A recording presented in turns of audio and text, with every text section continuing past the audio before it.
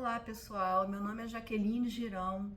Eu sou uma bióloga ecossocialista, sou mãe de uma mulher, sou professora da Faculdade de Educação da UFRJ e do Programa de Pós-Graduação em Educação da UF.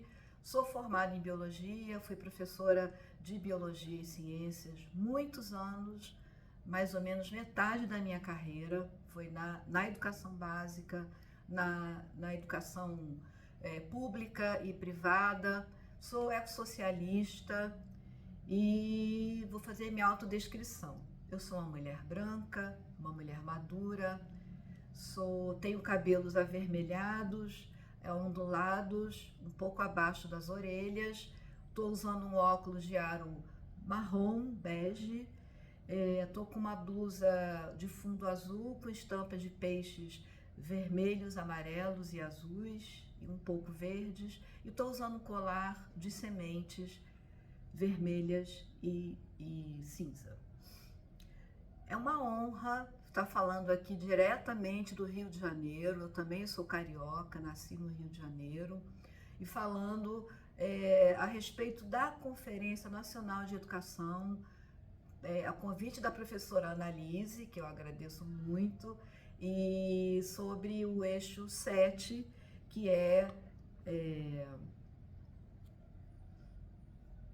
sobre o desenvolvimento socioambiental sustentável.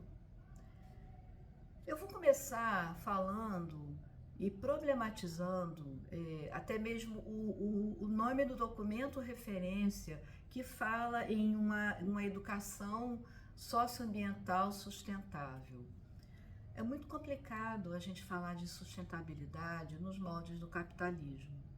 A sustentabilidade, como se entende, como se normalmente se pensa, né, em vários contextos, na mídia, muitas vezes até mesmo na pesquisa e nas escolas, é uma tentativa de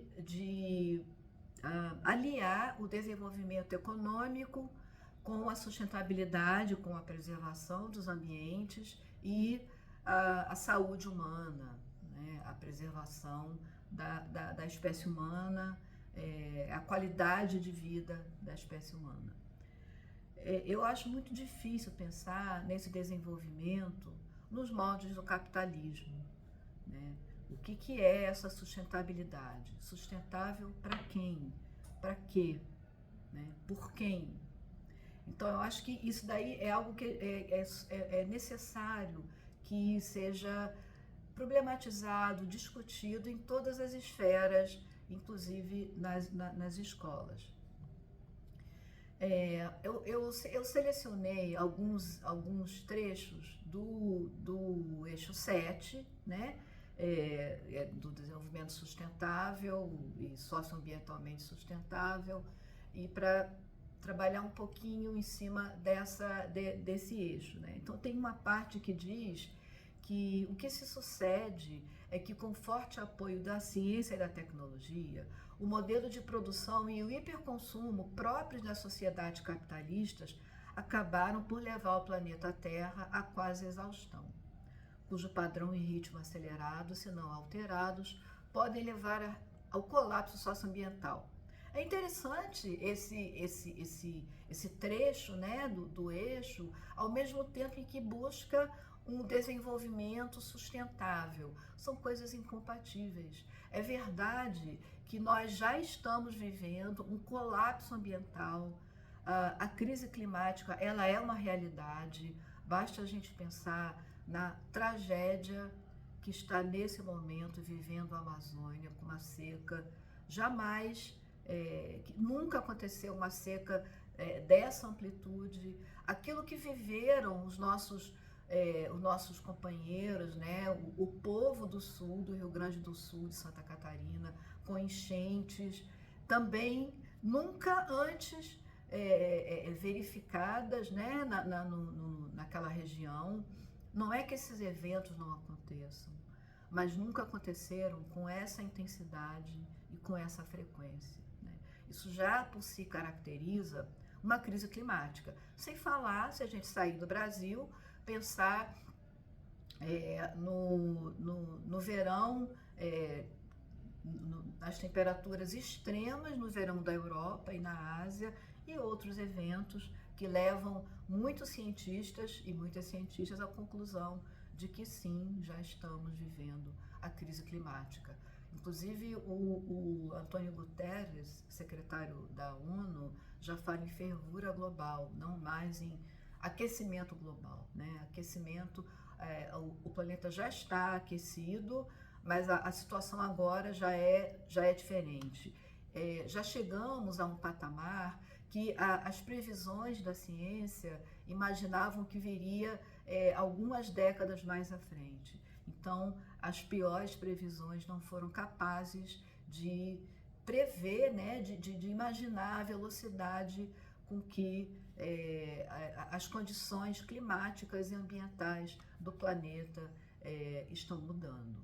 Então, o que a gente precisa no momento é criar estratégias, e aí é claro que precisa partir de governos, né, de governos do governo federal, dos governos estaduais e municipais, para proteger a população desses eventos de calor extremo, de inundações, enchentes, de secas e tantos outros que já estão aí, né, no horizonte do nosso cotidiano.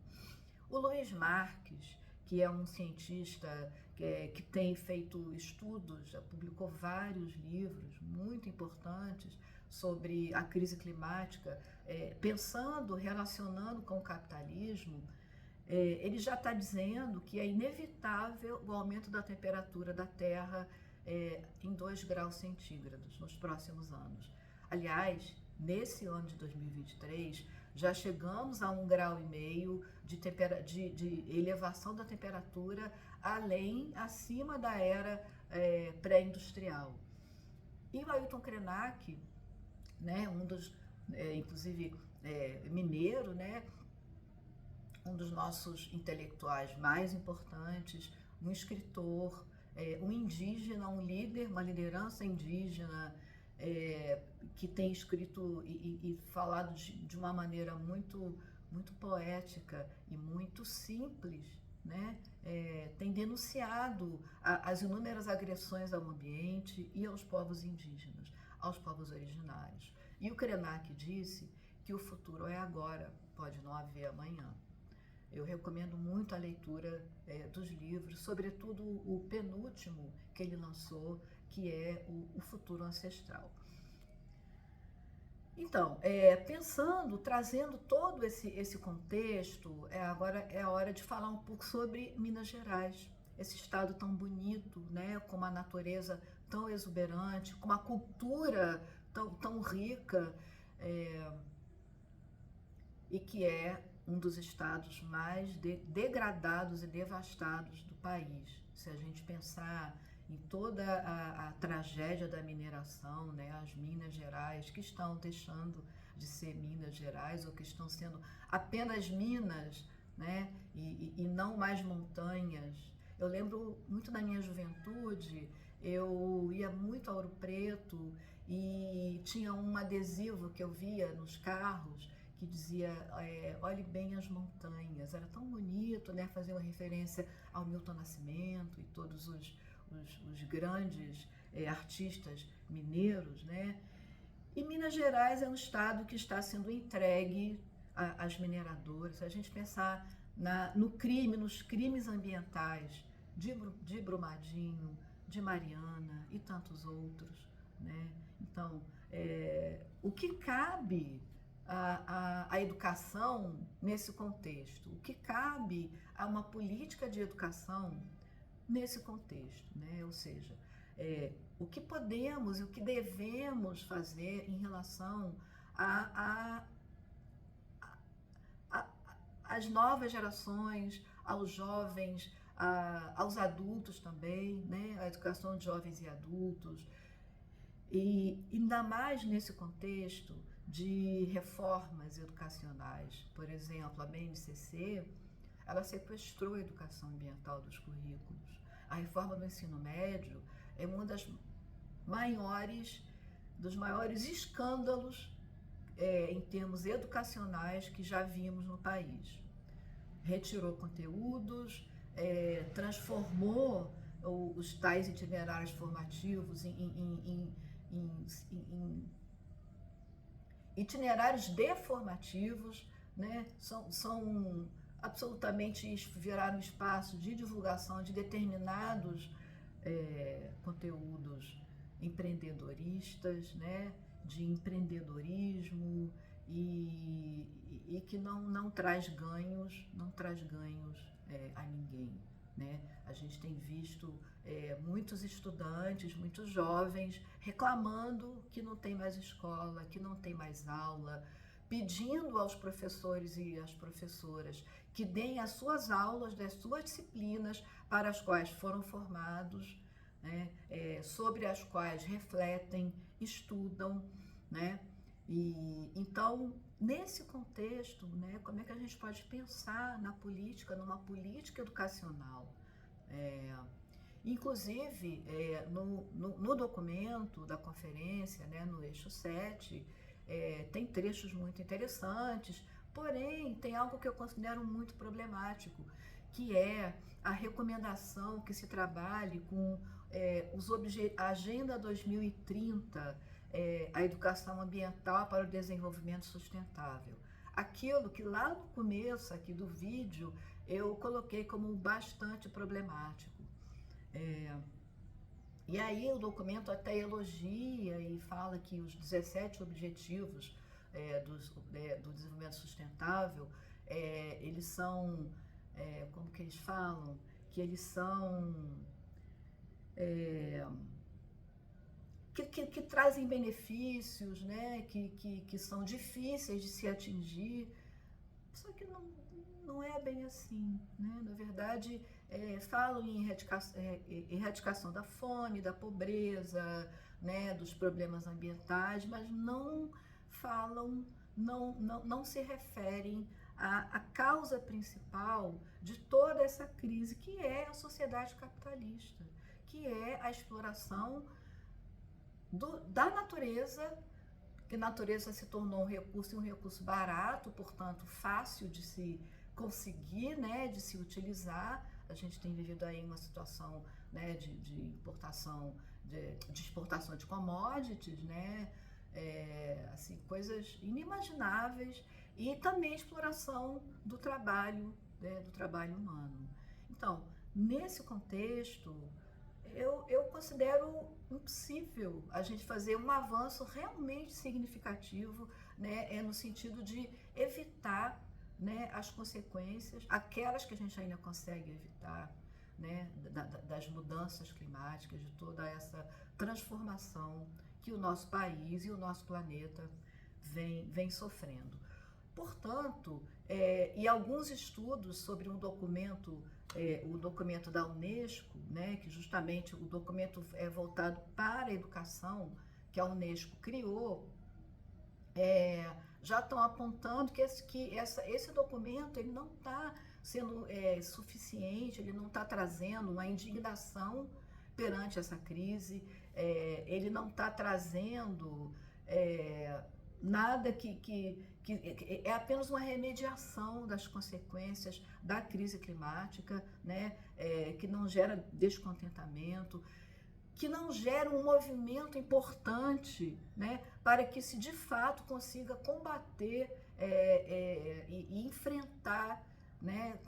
Da maneira como ela precisa ser enfrentada essa crise climática. Então, nesse sentido, eu vou sugerir que esse eixo ele tenha um nome um pouco mais realista, né? No sentido realista, porque trazendo possibilidades para o combate, né? Para o enfrentamento dessa crise, fugindo do capitalismo verde e dessas soluções paliativas, que até mesmo a questão das energias ditas limpas ou renováveis, nem todas são assim, resolvem o problema, porque também criam outros problemas, como é o caso da energia eólica, né? Aqueles moinhos, eles geram um nível de barulho, um nível de vento, que está impactando profundamente não só o ambiente, a fauna, a flora, como também as populações que vivem, né, os pescadores e os agricultores, os pequenos agricultores estão sofrendo demais com essa suposta solução para não utilização das energias fósseis. É preciso que os governos, que as pessoas, que a sociedade compreenda que precisamos que é fundamental o desmatamento zero, não é redução, é zero, que é fundamental o mais rápido possível fugirmos, né, ou irmos deixando de utilizar os combustíveis fósseis. Evidentemente que isso só será possível se a gente acha que é possível manter esse nível, esse padrão de consumo de energia e consumo de bens, né? Enfim, né, que se chama aí de consumismo, e reduzir drasticamente o uso dos combustíveis fósseis. Isso é absolutamente impossível, né? Para que a gente consiga reduzir significativamente, né, o uso dos combustíveis fósseis, é preciso mudar o modelo de sociedade. Isso é evidente, né? E as pessoas sabem disso, os governos sabem disso, né? Mas o que fazer diante disso, né? Então, eu já vou sugerir que a gente não se refira mais à educação para o desenvolvimento sustentável, para a sustentabilidade, mas que a gente pense numa educação ecossocialista, uma educação ambiental crítica e transformadora. Porque até mesmo a educação ambiental crítica, ela já está sendo um termo já meio banalizado. E eu acho que a gente tem que pensar no ecossocialismo, né? Porque o ecossocialismo é um modelo que não é pronto, né? Que não está definido, mas que tem alguns princípios. E o primeiro deles é que é uma sociedade anticapitalista, é uma sociedade sem opressões, é uma sociedade onde não cabe o racismo, onde não cabe o patriarcado, onde não cabe a exploração da natureza para além, né, o uso de recursos da forma como vem sendo, e acho que a gente tem que pensar até mesmo antes da Revolução Industrial, se a gente pensar, né, que desde que os europeus chegaram às Américas, chegaram em África, em outros, em Ásia, né, em que esse capitalismo já teve início com a escravização, né, das pessoas, com a exploração sem limites, né, de todos os recursos da natureza, e que, aliás, falar em recurso é algo até complicado, mas enfim, né, de todos os bens da água, do solo, da biodiversidade e tudo mais, né? Então, pensar numa educação, né, para combater a desigualdade, uma educação dos direitos humanos, uma educação ambiental, é pensar numa educação climática também, né?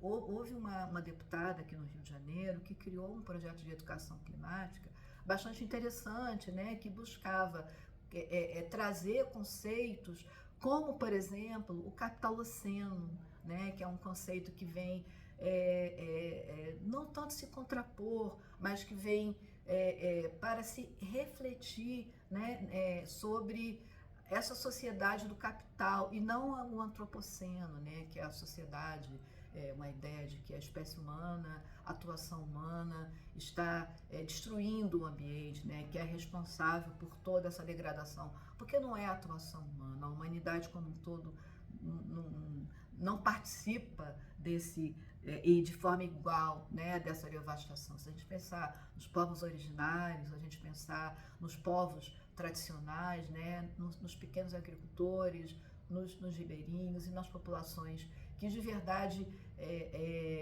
evitam, que conservam o ambiente e que dele retiram o seu sustento, né? Então a Amazônia, que eu considero o centro do mundo, né? Aí eu estou aqui parafraseando a jornalista Eliane Brum, né, que tem vários escritos e um projeto muito interessante para pensar a Amazônia como centro do mundo, porque já estamos chegando a um ponto de não retorno, né, em relação à devastação da Amazônia.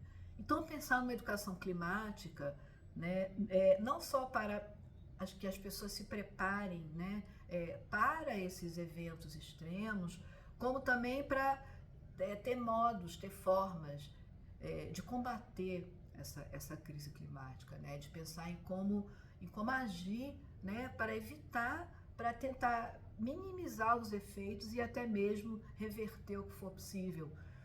Porque são essas pessoas, são essas gerações que vão viver mais tempo num planeta devastado, que vão viver por mais tempo toda a miséria, toda a fome, toda a guerra, né? Que serão possivelmente refugiados e refugiadas, e é preciso pensar sobre isso, porque esse futuro já é hoje.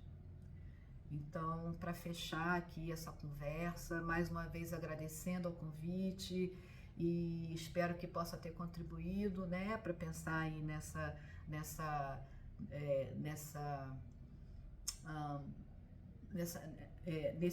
documento, né, para repensar esse documento aí da conferência e essa política de educação, né, que não seja uma política que vá trazer soluções paliativas, que vá focar no tal desenvolvimento sustentável, porque não é disso que a gente precisa, né? Eu acho que nós estamos precisando, mais do que nunca, de uma educação emancipatória, de uma educação ambiental, de uma educação para os direitos humanos, de uma educação interseccional, né, que reverta e que traga esperança e possibilidade de um futuro digno para todas e todos nós.